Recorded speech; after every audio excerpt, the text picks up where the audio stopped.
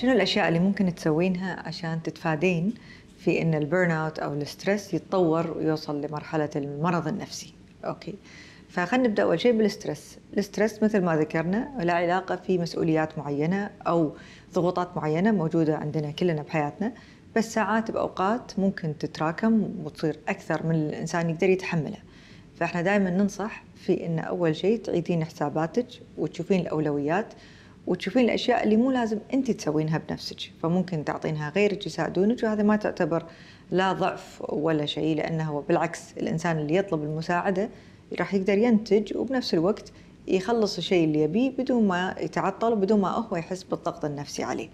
فالستريس نراجع نشوف شنو الأشياء اللي قاعد تسبب لنا ستريس ونحاول نقللها، بنفس الوقت نحاول نقلل من الأشياء اللي ممكن تزيد الستريس علينا نفسياً، مثل العلاقات السلبية، ممكن الأخبار السلبية، ممكن الإنسان يزيد من الرياضة، يزيد من الأكل الصحي. هذه أشياء جدا احنا عارفينها علميا وايد تخفف من الستريس.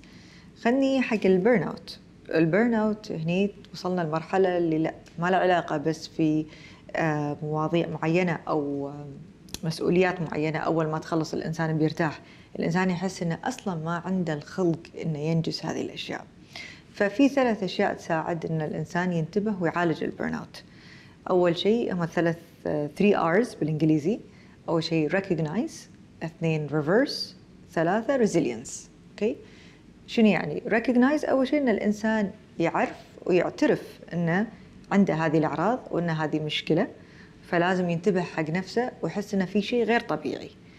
الشيء الثاني ريفرس، إن الواحد يسوي أشياء معينة عشان يحاول إنه يقلل أو يعكس من هذه الأعراض. شلون؟ نبدأ أول شيء بالأشياء الأساسية. لازم النوم الإنسان يكون طبيعي، مو أقل من 7 ل 8 ساعات. 2 لازم أكل الإنسان يكون ريجولر ولازم يكون صحي.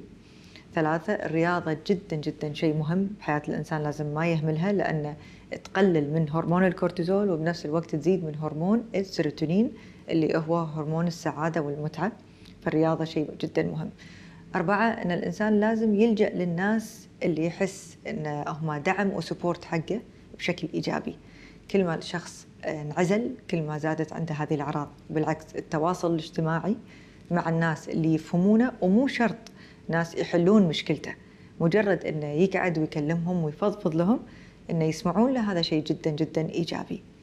وبنفس الوقت مثل ما التواصل مع الناس الإيجابية اللي ممكن تفهمها شيء صحي، الإنسان يقلل من العلاقات اللي احنا نسميها توكسيك أو سامة، يعني الناس اللي لهم تأثير سلبي عليه أو دائما يتحلطمون أو دائما أخبارهم اللي يبونها سلبية. يقلل من هالنوع من التواصل لأنه فعلا له تأثير سلبي. النقطة الأخيرة اللي هي الريزيلينس. الريزيلينس بالعربي هي يعني ترجمته هو التعايش مع الظروف الصعبة. أوكي، في ناس سبحان الله يعني من طبعهم هم عندهم القدرة على التعايش بالظروف الصعبة أكثر من غيرهم، بس مو معناته هذا الشيء الإنسان ما يقدر يكتسبه. بالعكس الإنسان أهم شيء بالريزيلينس أو بالتعايش إنه يحاول مع نفسه يشوف شنو الأشياء اللي هي تحت سيطرته ويقدر يغيرها ويحط مجهوده فيها في إنه يغيرها، وشنو الأشياء اللي هي خارج سيطرته وما يقدر يغيرها. فرضاً الجائحة اللي احنا عايشينها أو الظروف اللي حوالينا، في أشياء مو بيد الإنسان يغيرها، فما يحط يعني جهده في إنه يحاول يغير الأشياء اللي مو بسيطرته، لأنه هني بيحس إنه ضيع مجهوده بدون ما تصير فيه أي نتيجة. فنبدأ في إن نغير الأشياء اللي تحت السيطرة ونتقبل الأشياء اللي احنا ما نقدر نغيرها. فبشكل عام هذه الأشياء ممكن الإنسان تسويها أو الشخص يسويها، وايد ممكن تساعد إن تقلل من الستريس والبيرن اوت. ولكن إذا المرحلة وصلت إن الشخص يبدأ يحس بأعراض جسدية أو يبدأ يحس إنه مو قادر ينتج بحياته أو إنه حاسس إنه لا الأمور يعني تضاعفت، وصلت للمرحلة اللي أعراض الاكتئاب أو أعراض القلق، هني معناته المرحلة مرضية. فأنا أنصح إن الإنسان ما ينطر، وبالعكس ما فيها أي عيب ولا هو هذا شيء يفشل إن الإنسان يطلب المساعدة من شخص مختص. بالبداية ممكن يشوف معالج نفسي، لأن مو كل الحالات تستدعي التدخل الدوائي. وعقب المعالج النفسي إذا الشخص يحتاج التدخل الدوائي اللي هم مو مضر، بالعكس ممكن يفيد وايد ناس في حالات معينة من الاكتئاب أو قلق، يتم التشخيص عن طريق الطبيب النفسي.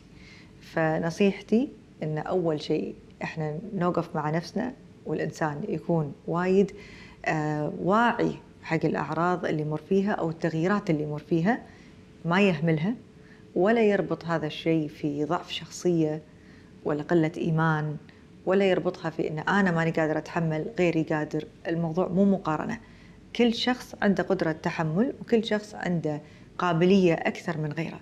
فالأعراض اللي ذكرتها إذا وجدت بالبداية ممكن الإنسان يحلها بينه وبين نفسه وعن طريق حتى الدائرة اللي حواليه من ربع ومن أهل. ولكن لما توصل مرحلة مرضية أنا فعلا أنصح إنه يشوف المختص، لأن العلاج موجود والعلاج متوفر، والعلاج جدا جدا مفيد للإنسان لحياة أكثر، يعني better quality of life، لحياة ممكن هو يستمتع فيها أكثر واللي حواليه معه.